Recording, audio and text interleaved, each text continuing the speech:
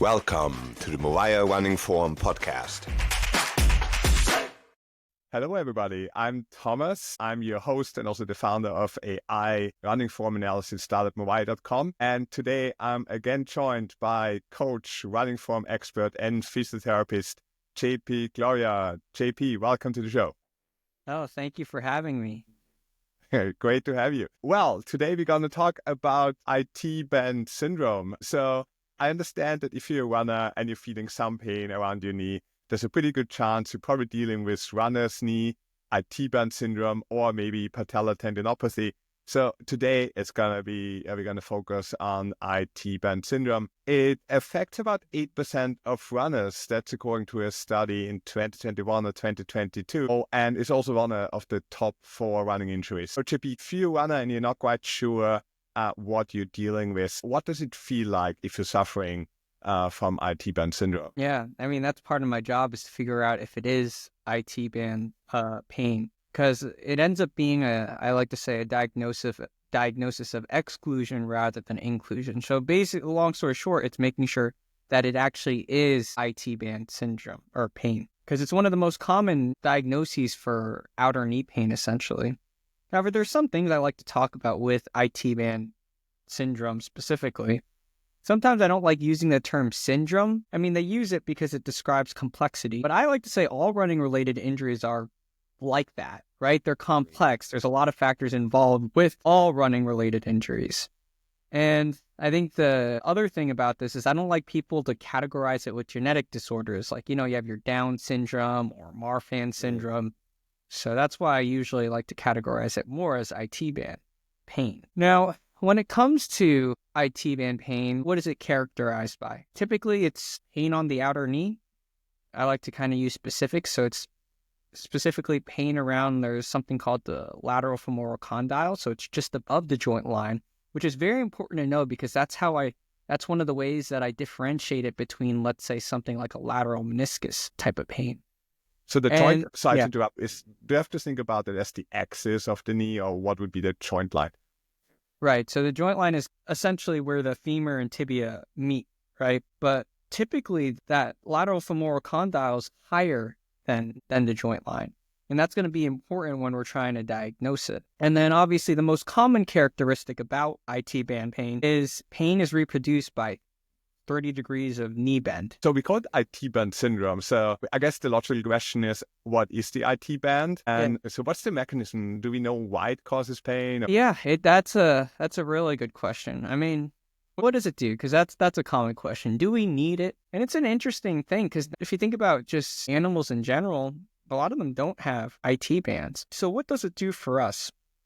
Well, it does 2 things. One, helps stabilize side-to-side motion, but it also helps prevent the knee from dislocating inward or medially. Works really well because there's a very rare occurrence of dislocations happening medially. They typically happen more laterally or more out. So stability is one of them. 2 is a lesser known thing, which is it's responsible for energy storage and release. Roughly, like when we're running, it contributes to roughly 10% of that. It's only second to the Achilles tendon, which is roughly around 30% energy storage. So that's what it does. I think I forgot the second part of your question now I'm thinking about it, which was the mechanism, right? I guess talking about mechanism, it's interesting actually, because before, we used to think that the pain that you experience with IT band happens more as a friction injury, where like the end of the band essentially is kind of rubbing on the structures underneath it, particularly that femoral condyle. So we thought it was that friction that causes the pain. However, recently, rather than thinking of it as more of a friction injury, we think of it about it more as a compressive injury. So actually, there's the band itself, then there's the lateral femoral condyle. Then right in between that, it's like adipose. It's like a highly innervated tissue, and it's that compression that causes the pain. Highly innervated means that very sensitive. A lot of nerves. Yeah, just a very sensitive area. So that explains why it is so painful if you have it. Right? Yeah, I mean that's where pain comes from. So that's important because that kind of changes the way that we would approach it. He asked about right? Exactly. So what what makes you more likely to suffer from IT band syndrome? And then, of course, what are the factors that we can influence to maybe avoid getting IT band syndrome and suffering from that pain? Yeah, so factors are interesting, very fascinating. I guess one of the things that I think about with risk factors is it typically happens with less experienced runners. This is important to understand when I'm working with a runner in front of me because, it typically happens with less experienced runners, but if I have someone coming in with what they think is IT band pain, but they're more of an experienced or an elite runner, because I work with some elites and pros, that raises a little bit of a flag for me because it might not be IT band pain. The thing that I get very curious about is something like a bone stress injury on that, let's say, femur area, the distal femur, essentially. So that's me rambling a little bit, but that's, I guess, one risk factor is less experience, right? The second one is being a guy, predominantly seen in males, which is the opposite of, we did talk about this in an earlier episode about like patellofemoral pain, and that's predominantly women. Other risk factors, another that's interesting is, the idea of trail runners. It's more likely to develop in people who run trails for a couple of reasons. One of them being you're working a lot with hills, right? So hill work, particularly downhill work, can irritate the IT band. Also, what does happen with trail running is that, sometimes when there's like a narrow path, a single track, and what ends up happening with that is, you have to get your steps a lot closer to this. So you have to take a lot more of a narrow step or do more of a crossover type gait pattern. And that can increase a little bit of stress on that area and can cause pain too. No, I was thinking so that crossover gait, that's something that can be caused, of course, by, a single track trail, a narrow trail. But in some runners, it also appears as a running form issue that they kind of naturally tend to have this narrower gait. So would there be any other running form related things that might make it more likely you'll get IT band pain? Are there issues like overstriding or so that would impact it, or is crossover gait the main one to worry about for IT band syndrome? No, that's a good question. This goes into like murky waters with how we approach this. So when it comes to running technique is it might be hard to predict injuries that happen based off someone's gait pattern. However, changing gait pattern or running technique can be helpful when navigating an injury. So let's say someone's dealing with IT band pain. What are things we could do to help reduce stress on that area so it's less painful and that person can return to running a little quicker? So one of the things you mentioned was overstriding, right? So if someone's taking too big of a step forward, essentially, that's putting a lot of stress on essentially the whole leg. So if we could cue that leg to land a little bit closer to the body, that can help reduce stress on the leg, which would therefore maybe hopefully decrease pain in the area so they can continue running. So that's one, having the person, if someone's landing too far ahead of the body, have them land a little closer. A second one is the one that you mentioned first, actually, which would have been the crossover gait pattern. And I think you could check that with your analysis software too, right? So essentially, if someone's has a narrow gait pattern, this goes back to what I mentioned about the mechanism being a compressive type of injury. Because if you take a narrow step width or, you're crossing over, essentially that's causing more compression around that distal IT band. So that's further irritating the area. So something that I look at is trying to widening out that person's running pattern. So we talked about taking steps close to the body, but also widening it out. So getting the feet a little bit away from each other. So I think there's some mental cues to help you with that pattern or some tricks. Can you share anything about that? We'll start with overstriding. I mean, since we're talking about the two, right? With overstriding in particular, what's one very effective way to do that? I mean, you could say, try to land underneath the body, right? You can't actually land under the body. I think we've talked about this before. You can't actually land under the body, but landing close to the body. Again, cues don't always have to mirror the actual movement that's happening, right? Yeah. So that's one way. The second way for overstriding is using a metronome to manipulate one's cadence, which is how quickly they take steps. What you would do with that is, if you find that person's preferred cadence or step rate, so let's say it's 160, and then if they're overstriding, you would set the metronome to something like 170 steps per minute. And essentially, they have to match their step to the beat. That makes them increase their cadence. And in order to do that, that'll probably naturally have them land more closer to the body, a little bit more subconsciously. So those are kind of two ways to work on overstriding. Second one we talked about was the crossover pattern. One of the ways, you kind of talked about it already, which was, a cue that I would use, which is, imagine that there's like a line that's dissecting you, like that's right at the midline of the road, and don't let your feet imagine their feet cross over that line. So essentially that's reducing that crossover pattern. What I like to do most of the time though, is just giving them visual feedback of what's going on. You could do that with a mirror. You could set it, you could project it from like a camera, and essentially they could just see it as they're running and they'll try to, fix it themselves. I think we also talked about it that most runners actually don't look exactly like they think they look like.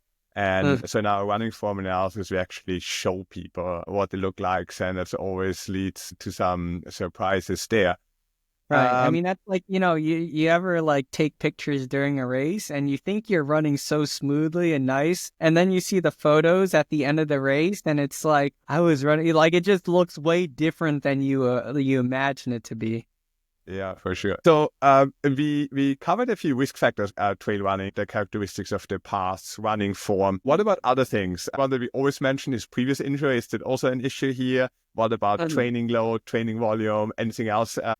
We talked about, increase in training loads, particularly speed work or hills. And then there's always the thing about, nutrition and under fueling or not, essentially not eating enough.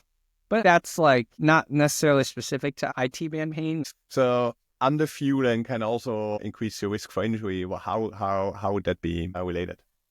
Well, this is something I'm particularly careful with, especially when working with endurance athletes in general, is the chance that there's underfueling happening. Because the thing about running uses fuel essentially, right? But then the thing is, what needs to happen is you need to build up your body. But if someone's underfueling, let's say, because sometimes with runners, they're not happy with their body, is they'll tend to do a lot of running, but they won't eat too much. This also happens with a lot of runners when they're approaching, like, let's say a race. They feel like, oh, I need to lose weight because if I lose some of this weight, it's less that I have to carry and I'll be able to run faster. And then they get injured because there's quite a few studies now. Let's say significant weight loss is actually a risk factor for getting injured, especially with running.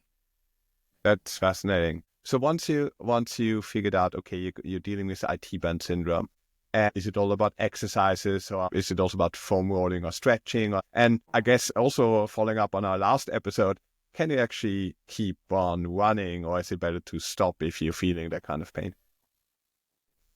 Yeah, it depends. Let's say someone is working with IT band. First of all, we have to differentiate it, right? So I need to, first of all, differentiate, is it actually IT band pain?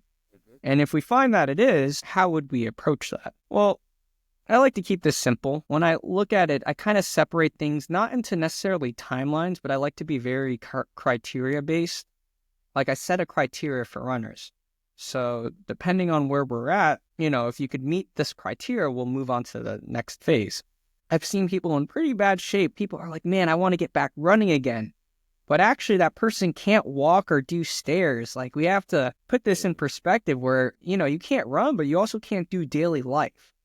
And that leads to what I talked about with the first phase, which is typically if I'm dealing with a full-blown, IT band irritability, the first step is just calming it down. And my objectives during this phase, the focus isn't necessarily running. I need you to be able to get comfortable with just your daily movements, like no pain with walking and honestly having no significant pain with something like stairs. I'm not really focused on strength yet. I just want to calm it down. And typically I'll do that through certain isometric type they're just exercises that don't irritate it, that can load the area gently enough where we're loading it, but not causing or inflicting pain. But that's the big thing. I'm not really focused about progressive strengthening quite yet. I mean, if they could handle it, great, but it's not my main focus.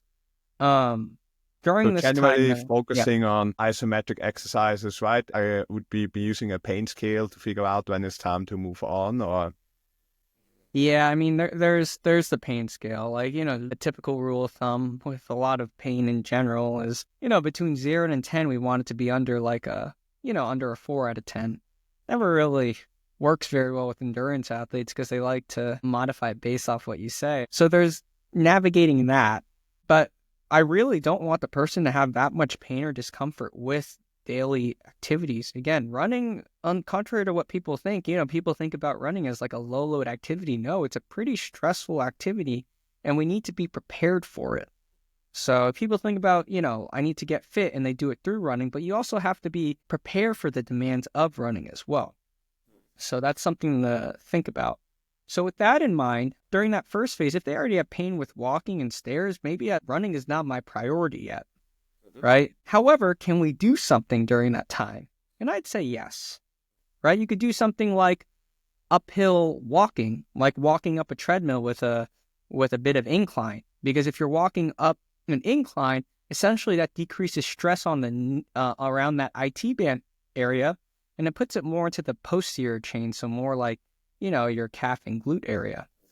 So that could be one way to continue conditioning without irritating the area. Again, we're talking about that first phase. You could do elliptical, you could do cycling, swimming could be okay.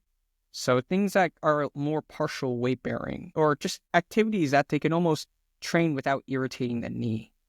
okay. So maybe do some cross training, isometric exercises to stay fit until it calms down. And then you're moving on to phase 2, right? So if they don't really have pain with, let's say, walking, stairs, and some basic daily life activities, we could move on to phase 2, which is the focus now is instead of calming it down, it's already calm. Let's build strength.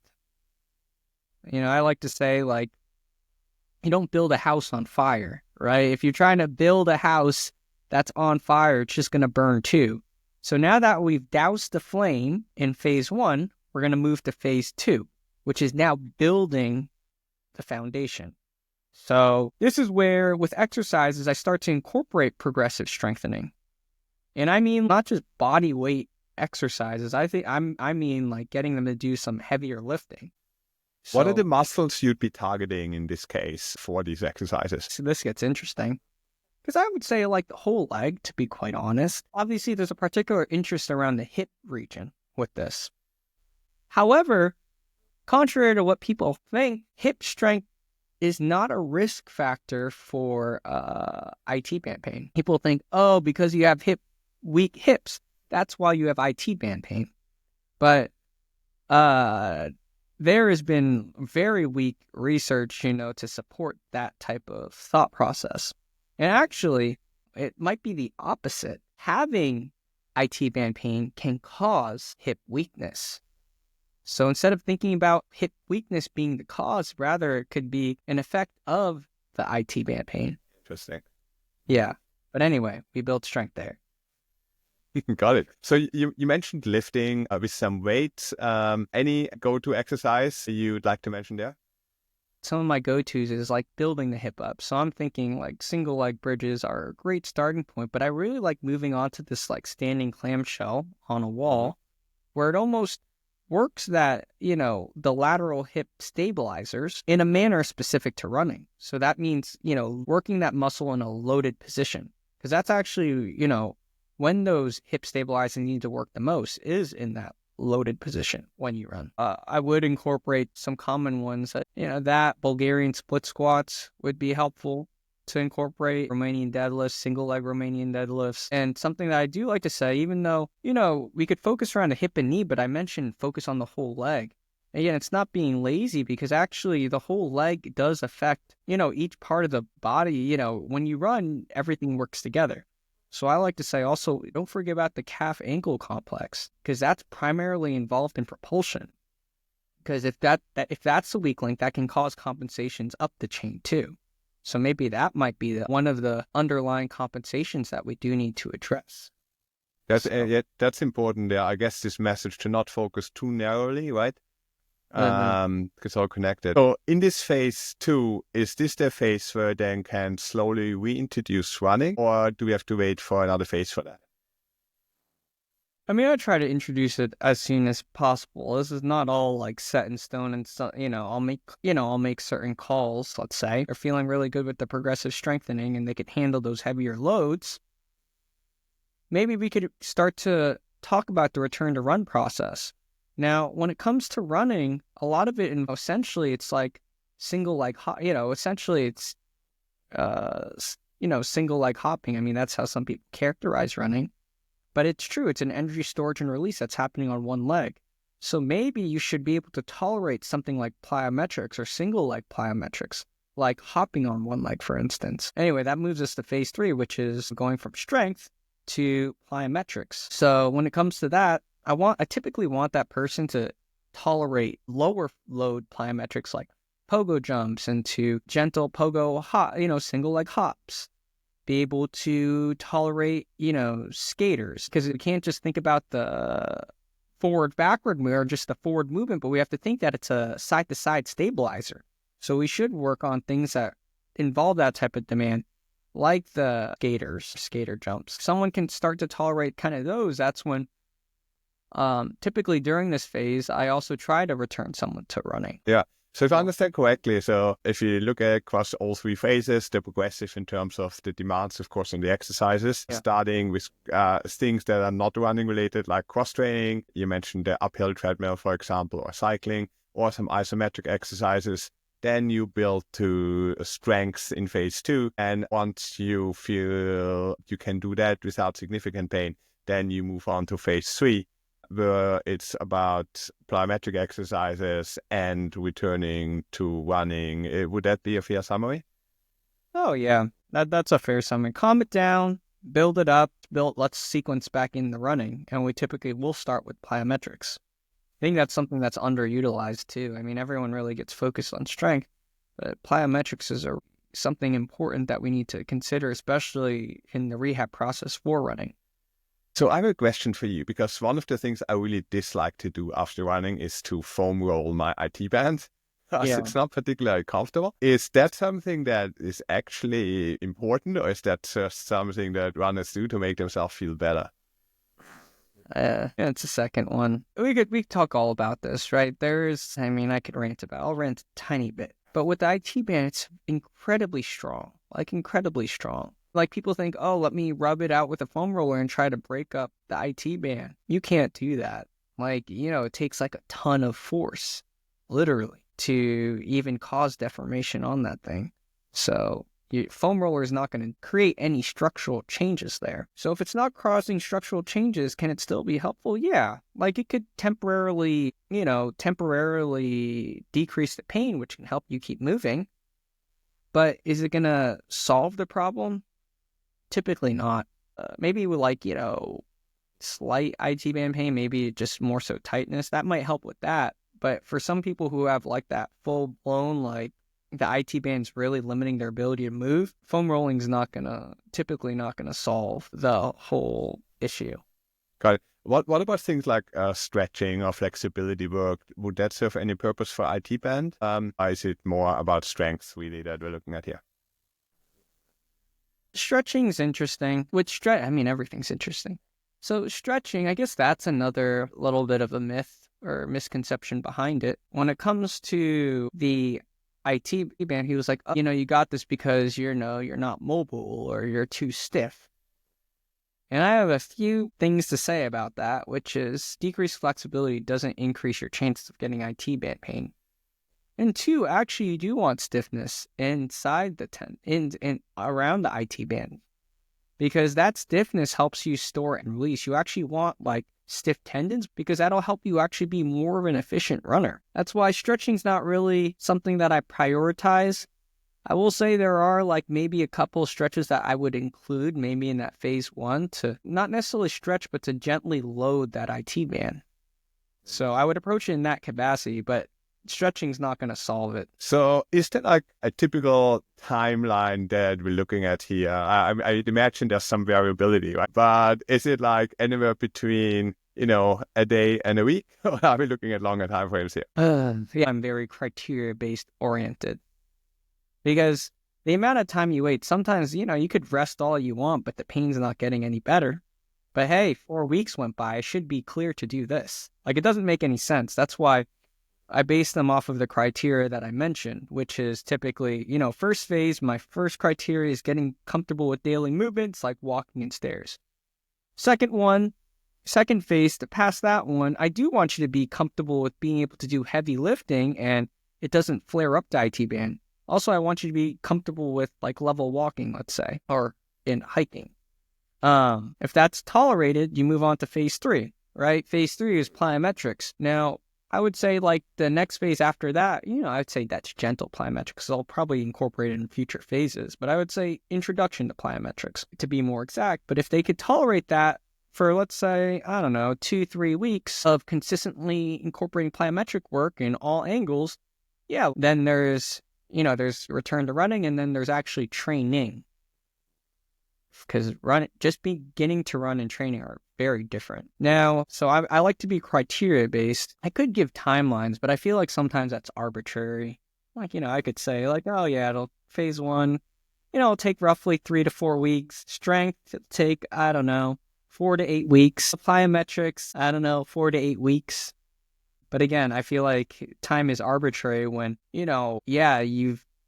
you're 8 weeks out, but you can barely walk. Like, you're not going into the plyometric phase. Is the timeline driven by compliance to the program or how bad it was to begin with? Would this be two major factors, or does it also have to do with genetics, age, things like that? I mean, all of those things matter. And that's why I don't really like giving arbitrary numbers like using time to do it. Because, yeah, age can certainly play a factor. Genetics can play a factor, too. Your prior activity level matters as well. And what you're returning to matters, too. I think people don't think about that part. But there's a difference between return to running and actually training. So, like, I say that especially when working with elite athletes and pros. Like, they don't need, 30 minutes of running is not enough to compete at a high level. Right? You see the volumes of training that they do. It's like at least 50, 60, some going 80 to 100 miles a week, especially for distance runners or even ultra runners. That's kind of right where it is. So the rehab process looks significantly different based off of the individual. We covered a lot of topics. We talked about what it is, the mechanism of how it causes pain, risk factors.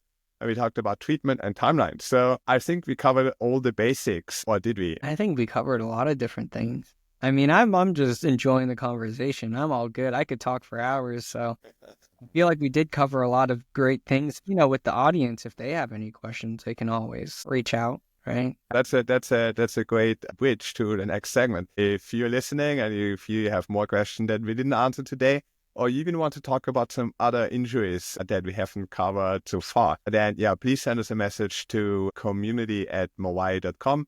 That's MOVAIA.com. If you're unsure whether your running form is a factor in this, then get your running form analysis again at movaia.com. And if you want to learn more about JP and the amazing work that he is doing, then check out the show notes for a link to his YouTube channel and how to get in touch with him. All right. Thank you so much, JP. As always, a pleasure and very insightful to talk to you. Yeah, no, that was great chatting with you. I hope you guys have a nice night. I enjoyed it. Thanks a lot. You too. Bye-bye.